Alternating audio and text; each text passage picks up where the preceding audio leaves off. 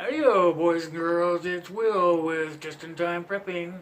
Hey, I know we've talked about this in the past, but I'm just gonna talk about this off the cuff. It's not gonna be rehearsed or anything, so you're gonna probably hear a lot of stammering and stuttering. But I want to talk about bartering again. I know that we've talked about the different things that you can barter with, like medical supplies. If you have more than enough to last you for a while, you could use those. But ammunition is kind of a scary thing to talk about as far as bartering is. Make sure that when you barter ammunition, it's probably going to be somebody that you know or know real well, because you want to make sure that they're not going to turn around and use the darn stuff on you. So that would be a good thing right there. Make sure that you know the person you're bartering ammunition with. Other things I just kind of thought about this in my sleep last night, is if you look, I'm in my garage, and there's a lot of stuff in your garage. Here, let me move the camera around a little bit. See, there's a lot of stuff in your garage that can be used for bartering.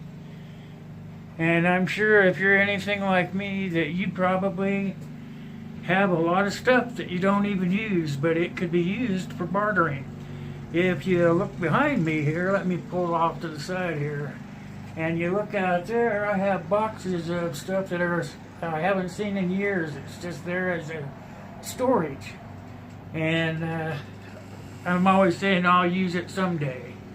But it's back there, and if it's got anything to do with homesteading or shit hitting the fan and you're going to need it later, it's probably back there.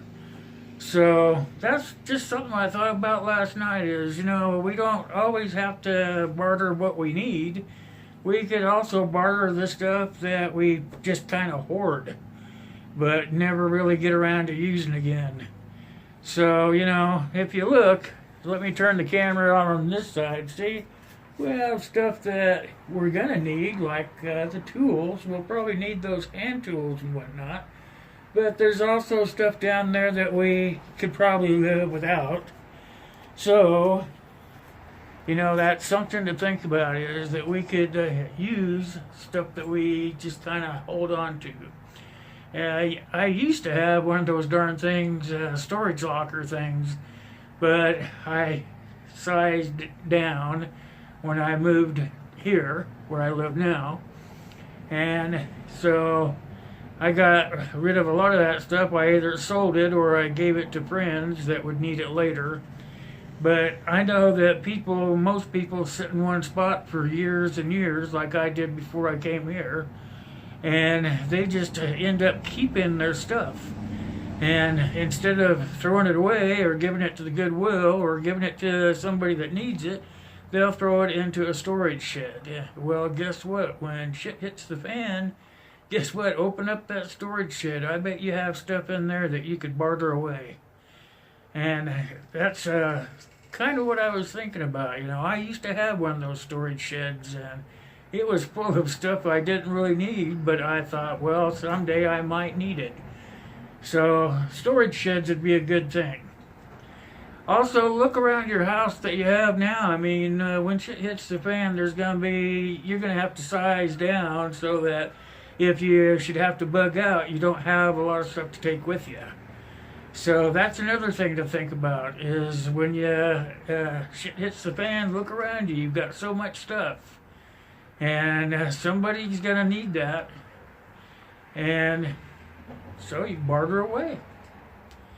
So that would leave you to be able to save your food and your water and your clothing and all the stuff that you're really going to need to sustain yourself for a long period of time.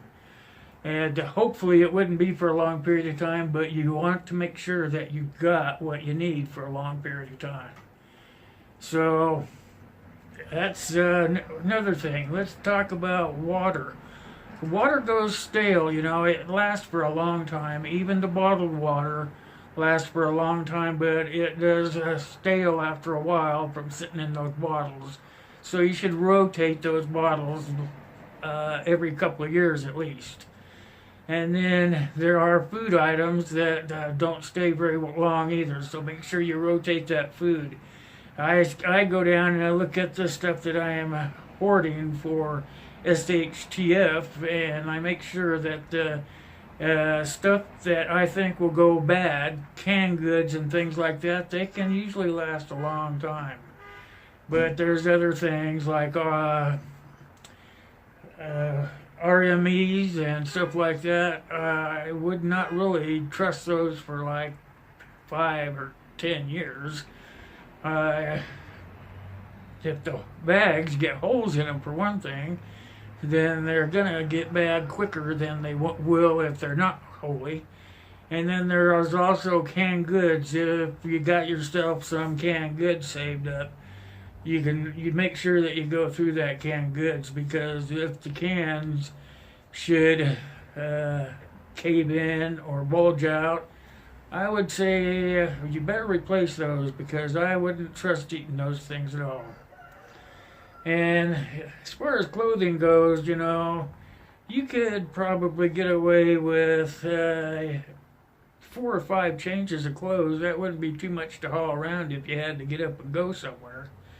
I have a backpack that's good for, you could probably stay out for a couple of weeks with it if you pack it right. So that would be with food and the clothes and the water and all that stuff. It would hold all that stuff for a couple of weeks, and then I'd be in trouble. But I have enough experience under my belt that I could live off the land if need be. I'm not going to say that I'm going to go out there and hunt every day, because as we all know, if you read any kind of articles, that the wild game's going to be hunted out in no time at all. We got millions and millions of people in this world, and especially in the United States here where I live, and it's not going to take long for the wild animals to get hunted out. Even the domestic animals, they'll be probably gone through pretty fast also.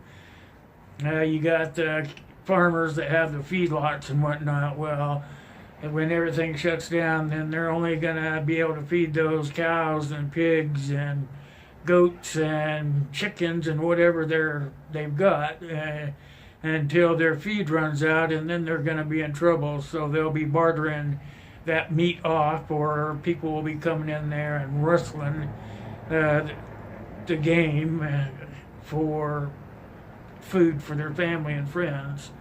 So, there's a lot to think about, and I think about it a lot. I don't like dwell on it, but I think about it constantly to try to have a plan, because I know that I won't be able to hunt forever. People are going to hunt everything out, and the domestic animals are going to be gone also. It's going to be even worse than the hunted animals, because they're people friendly. So think about it, their people are going to just walk up and shoot them and take them away, or they're going to come up and lasso them and make them walk on their own to wherever they're going, and then they're going to shoot them and cut them up. So those are all things that we need to think about as we're getting ready for SHTF. And the thing that I really wanted to talk about was the storage and the stuff that you already have hoarded in your garages. Probably got room in your house. If you own your own home, you probably got, some of the older folks have kids that are up and gone, and they might have turned their rooms into catch-alls. So, we have plenty of stuff that we could barter if we just really thought about it. And that doesn't mean that you don't have to collect your food and your water and your food, water, shelter, and all that stuff. You still have to do that. But as things start dwindling down, you could go and you start bartering off the stuff you have. And the big thing is, if you're going to barter ammunition, barter it with somebody you know real well, or they know real well, because I would really hate for my friends or my family to barter off ammunition and then turn around and have them come back and use it on us so that they could take what we have. And you never know, people might even decide to take you too, since you're made of meat, and they could probably survive on you. What do they call that? Cannibalism. And I'm not even going to go into that because that doesn't even sound like something I want to talk about, but it's probably going to happen. And so what else? That's about all I have. I just wanted to make sure that we talked about that thing that I thought about last night while I was laying in bed trying to get to sleep. As man, most people have a whole storage room or a garage full of stuff that is going to be good for somebody. Like I was thinking, those air conditioners, there's parts in those air conditioners, even though we won't have power or anything to run them. Some people have solar power, I'm sure, but you can probably dig through those motors and stuff and get enough stuff to make you like a wind turbine, so you could get some energy that way. And that's why I just don't throw them away. I figure, I might use one of them to make me a wind turbine.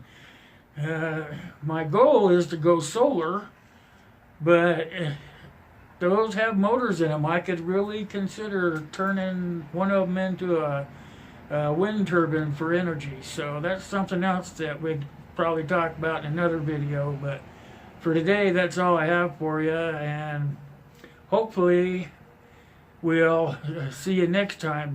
If you didn't catch that video I did earlier this morning, it was just for like a couple of minutes, 2 or 3 minutes, whatever. I'm putting some stuff together where I'm gonna be giving away some t-shirts with my logo on it. My logo is on my page, and I'm gonna be giving away some t-shirts with my logo on them. And I'm looking into possibly getting some hats done too, because a lot of people wear hats too. And I'm going to try to do some giveaways so that people can sort of vie for a piece of the pie. It's a poet and I don't know it. But anyway, that's what I have for today. I want to tell you guys how much I appreciate you guys listening to the babbling I do. Because without you guys listening to me, I wouldn't continue doing this. So it's just real important to me that you share my videos with your friends and family, and that you comment down below and you hit that like button, and we'll all get along together. So for now, tally ho, and God bless. Have a great day and a better week.